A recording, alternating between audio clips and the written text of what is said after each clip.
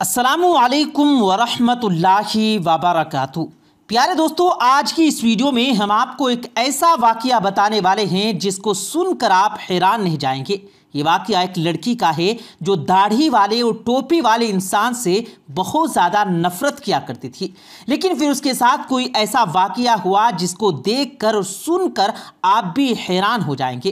प्यारे दोस्तों, आप भी इस वाक़ये को समझने के लिए वीडियो को आखिर तक ज़रूर देखिएगा, और अगर आपने अभी तक हमारे यूट्यूब चैनल को सब्सक्राइब नहीं किया है तो अभी सब्सक्राइब करें, साथ में लगे बेल आइकन पर ज़रूर क्लिक कीजिएगा ताकि मज़ीद अपलोड होने वाली वीडियोस का नोटिफिकेशन बर वक्त आप तक पहुंचता रहे। तो चलिए दोस्तों, आगाज़ करते हैं अपनी आज की वीडियो का। प्यारे दोस्तों, एक बार लखनऊ की सड़क पर एक हिंदू लड़की खड़ी हुई थी। दरअसल वो किसी ऑटो वाले का इंतज़ार कर रही थी, उसे अपने घर जाना था। अचानक उसे एक ऑटो वाला आता दिखाई दिया। लड़की ने अपना हाथ आगे बढ़ाया और उस ऑटो वालों को रुकवा लिया। ऑटो वाले ने कहा, जी मैडम, कहाँ पर जाना है? लड़की ने देखा कि ऑटो वाला मुसलमान है, उसके सर पर टोपी है, चेहरे पर दाढ़ी भी है। उसने ऑटो वाले को एक मौलवी समझकर अपने दिल ही दिल में कहा कि इसको कह देती हूँ कि यहाँ से चला जाए, मुझे कहीं नहीं जाना। मगर उस लड़की का ऑफिस एक सुनसान जगह पर होने की वजह से टैक्सी वाले, ऑटो वाले उधर से कम ही गुजरते थे। ऊपर से गर्मी ने भी बुरा हाल किया हुआ था। उस लड़की के पास कोई और चारा नहीं था, इसीलिए मजबूरन उसे इस मुसलमान के ऑटो में बैठना ही पड़ा। लड़की ने कहा, जी मुझे सिविल लाइन जाना है। ऑटो वाले ने कहा, जी मैडम, छोड़ दूंगा। लड़की ने पूछा, कितने रुपये लोगे? ड्राइवर ने कहा, 200 रुपये लगेंगे। लड़की के दिल में ख्याल आया कि इससे पहले तो वो 300 रुपये में आई थी। फिर वो सोचने लगी कि ये सब कहते हैं कि मौलवी बहुत बुरे होते हैं, बहुत लालची होते हैं और हवस के मारे भी होते हैं। ये दाढ़ी और टोपी वाले भरोसे के काबिल नहीं होते। ये सोचकर वो बहुत डर रही थी, लेकिन तेज धूप और गर्मी उसे ज़्यादा सोचने नहीं दे रही थी। इतने में ऑटो ड्राइवर बोला, मैडम चलिए बैठिए, 180 दे देना। लड़की बोली, जी ठीक है, लेकिन सामने मेरा सामान रखा हुआ है जो बहुत भारी है, अकेले मुझसे उठाया नहीं जाएगा। हो सके तो आप मेरा सामान उठाने में मेरी मदद कर दें। ड्राइवर ने कहा, कोई बात नहीं, आप बैठ जाइए, मैं आपका सामान ऑटो में रख देता हूँ। ऑटो वाले ने लड़की का सामान अपने ऑटो में रखा और चल दिया। थोड़ी दूर जाने के बाद ऑटो ड्राइवर ने कहा, मैडम जी, दरअसल मैं एक बयान सुन रहा था, वो बीच में ही रह गया है। अगर आपको बुरा ना लगे तो मैं ऑडियो टेप चालू कर दूं। ये सुनकर उस लड़की ने कहा कि मुझे कोई परेशानी नहीं, अगर आप सुनना चाहें तो सुन सकते हैं। उसके बाद ऑटो वाले ने अपना म्यूजिक सिस्टम ऑन कर दिया। उसमें एक मौलवी साहब बयान फरमा रहे थे।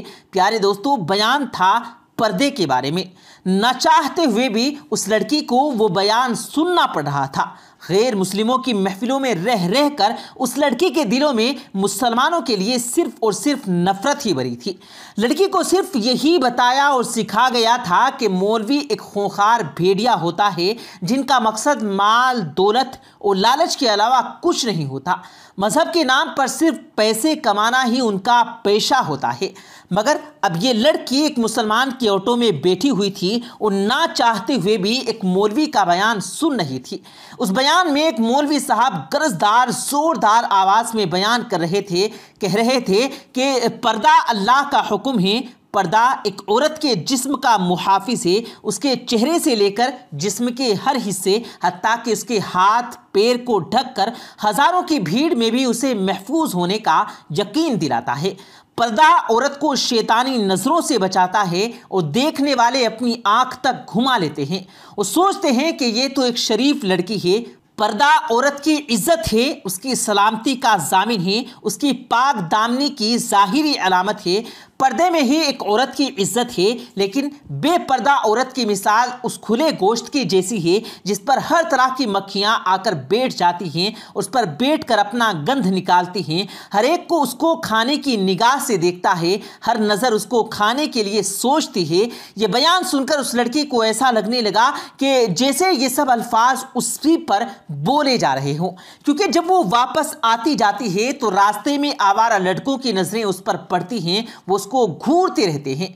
उसको ऐसा लग रहा था कि उसकी इस मुश्किल का सिर्फ एक ही हल है और वो है पर्दा। इतने में ही उसकी बताई हुई गली में ऑटो पहुंच चुका था। उसके घर के सामने जाकर ऑटो वाला रुक गया। वो लड़की ऑटो से नीचे उतरी और कहने लगी, मेहरबानी करके आप मेरा सामान बाहर रख दें। उसके बाद उस लड़की ने अपनी अम्मी को फ़ोन लगाया और कहने लगी, अम्मी ज़रा सनी को नीचे भेज दें, मेरे साथ सामान है, इसका वज़न थोड़ा ज़्यादा है, इसको मैं अकेली ऊपर लेकर नहीं आ सकती। माँ ने फ़ौरन कहा, बेटा सनी तो घर पर नहीं है। ये सुनकर ऑटो ड्राइवर बोला, मैडम जी कोई बात नहीं, मैं आपका सामान ऊपर रख आता हूँ। लड़की के दिमाग में पहले ही सोच आ चुकी थी कि शायद ये पैसों के लालच में ये सब कुछ कर रहा है, चलो मैं अपना सामान रखवा लेती हूँ, उसके बाद जो भी ये पैसे मांगेगा उसको दे दूंगी।